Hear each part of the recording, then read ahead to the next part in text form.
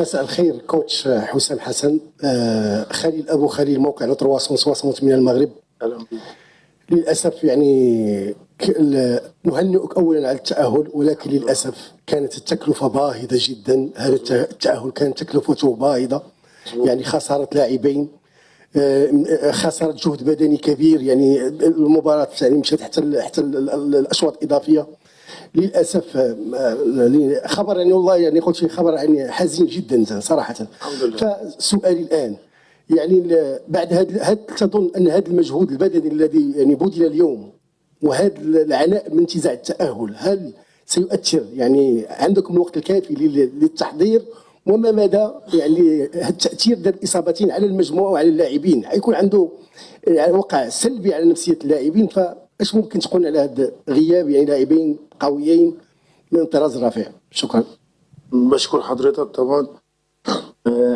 اكيد ان احنا تعودنا الفتره اللي فاتت ان مهيئين نفسنا جايين البطوله ان احنا في ماتشات هتتلعب، وفي ماتشات هتتلعب وقت اضافي زي ما حصل النهارده، وماتشات قويه. ومعايا تيم متكامل، الجهاز الفني والطبي والاداري. عندنا من الخبره ان شاء الله ان هم نسترجع الاستشفاء للعيبه ونعمل استشفاء اليومين قبل الماتش.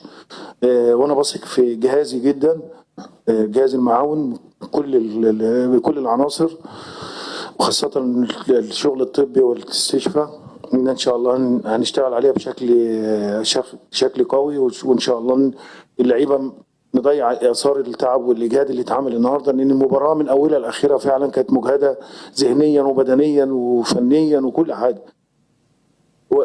وطبعا زي ما حضرتك طبعا قلت، اكيد التاثير كبير جدا. الاثنين لعيبه وخاصه محمد حمدي الاصابه كبيره جدا، لكن ان شاء الله اللعيبه هتاخدها بحافز ايجابي.